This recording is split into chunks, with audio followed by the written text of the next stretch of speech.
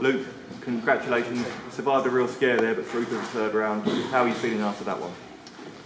Yeah, I mean, you know, it was one of them games where I did feel really good and I felt like I made a lot of things happen, but, you know, I played good in patches in my own opinion, but, you know, I think Florian played well when I played well, and he played bad when I played bad, so it was a strange game. I mean, you could look at it, 50% of the game was really good, 50% of the game wasn't too great, but, you know, I'm in the next round. It allows me to go into the next one and, you know, and put it right. But, you know, no excuses from me. I felt really good, not nervous. It's just one of them things. But you know, I showed my resilience there. And I think a lot of experience I've gained over the last 18 months to 2 years has allowed me to win that. Because I probably would have thrown in the towel. But, you know, I've got a different mindset now. When, you know, you don't get to number 5 in the world, you know, thrown in the towel. You know, I worked hard there to get over the line, even though I wasn't happy. You mentioned there being the world number 5. It's been a fantastic year for you, a breakthrough year in 2022. Coming back here as the world number 5 must give you a lot of pride.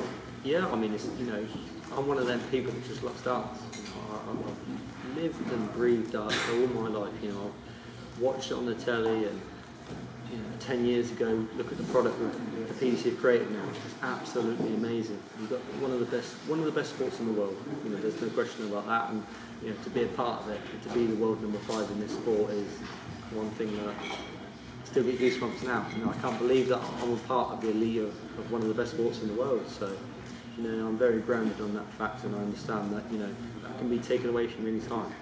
So, you know, I do put in the work, I do work hard, I practice hard, and, you know, if I do keep going on that route, I'll reap rewards. But, you know, we've got a fantastic product here. You know, the sport has been built into such a fantastic foundation, and, you know, I'm lucky to be at the top echelon of that.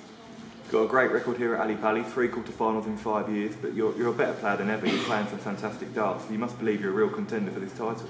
Yeah, definitely. You know, I believe that, you know, I could go on and win this, but I think there's so many players that are going to sit here and say the same. You know, we all believe we can win it, but, you know, I'm not going to sit here and say I'm going to win it, because, you know, it's just talk, isn't it? You know, you've got to go on and win the title, and, you know, unless I'm sitting here in the quarterfinals or the semi-finals, no good me saying I'm going to win it from this point, because, you know, there's so many fantastic players in the sport, and we're blessed. You know, we're full of. I mean, that's what's so exciting about this game. There's so many good players, and, you know, I'm just fortunate to be one of them. And, you know, I'll keep going. You know, if I can get to that quarter final, then, you know, I think a lot more people believe that I can go on and win it. But, I mean, I'm saying now, believing I can go on and win it. But, you know, take one game at a time, and, you know, I need to play a lot more better than that to stand a chance of winning it for sure. Thank you. Luke, congratulations. You touched on there coming here as world number 5. With that, it's obviously great, but is there added expectation as well on your shoulders because of it?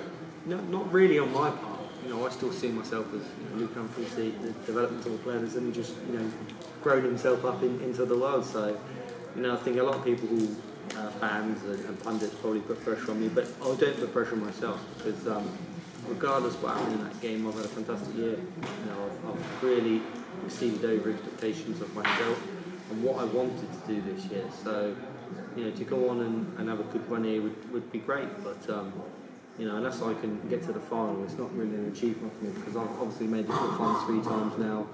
You know, unless I'm making semis and finals, then that's the only achievement that can top that. So, you know, I feel good, and I felt good up there. It's one of them games that didn't happen, but, you know, I'm in the next round, so I can put it right. Many players have spoken about it. It feels like you have to approach it as 2 different tournaments. Do you agree with that, as in don't get knocked out before Christmas and then come back and it's the business end and you can really get your teeth into it? Yeah, I mean, everyone's right. You know, as much as I felt good, you do put that added pressure on your shoulder, but you don't want to be sat on Christmas Day not in the tournament. It's not a great feeling. I've been in that position. You know, 2 years ago I lost to Paul Lim, and, you know, I was sat at home and watching and thinking, I want to still be involved. So yeah, I understand everyone that says that, and there's also that added pressure. Lots of the top seeds have won this year. You know, I think there's only been a couple, 3, 4, 5 that maybe we've lost. So everyone that wins, you think, oh, I don't want to be the seed that does lose. So, but, you know, it's one of them things. Like I told you, I've had a great year, and if it wouldn't have happened up there for me, I'd have been disappointed. But, you know, I took it in the chin, but I'm not going to be upset. I've won, and, you know, I've got the opportunity to put it right and play better than that. Build up to the tournament as well. Some bonus good news for yourself. First World Series event in Bahrain. How happy did that make you? And is this just the start of what could be a tremendous 2023 potentially? Yeah, I was absolutely buzzing. You know, when I got the email to say that I've been invited, it was one of them feelings that I thought, you know, I finally got my chance now. I've been longing for quite a few years. You know, it's a chance for me to go out there and show my potential and play well. You know, there's a lot. You know, I've always said there's a lot of opportunities for me, but you know, I've got to make them happen. You know, I've got to make sure that I'm playing well and making sure that the top people in the PDC pick me because they have no choice. You know, I make them pick me because I'm playing so well. And you know, I think that was an occasion this year where they picked me because I've got to where I am. So you know, I was very, very happy to be picked, and I'm really looking forward to it.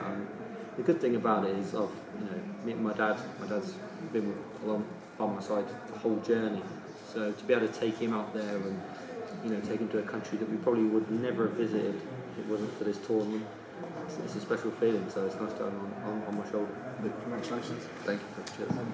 You mentioned earlier about the quarterfinals that you've had here, and the final being sort of the end goal. Was that what you would consider success this year? Yeah, you know, like I said, I've made 3 quarterfinals, so a fourth wouldn't.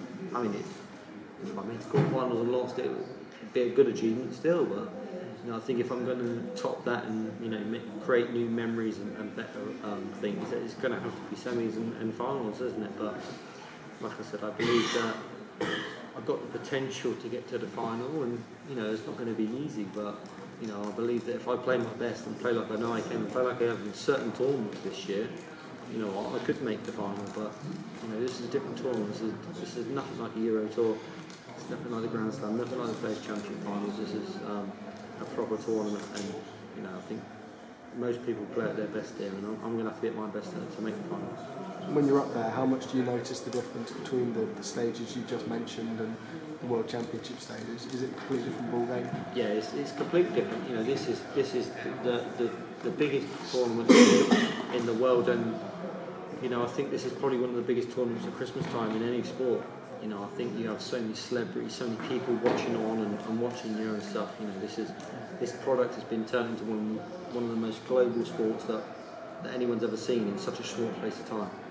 So, you know, I think a lot of people are watching, and a lot of people are, you know, anticipating who's going to win. And there's so many people that can win. I know I'm one of them as well. And you know, if I can up my game and start playing a lot better, which I know I can, you know, I'm one of them people that could win.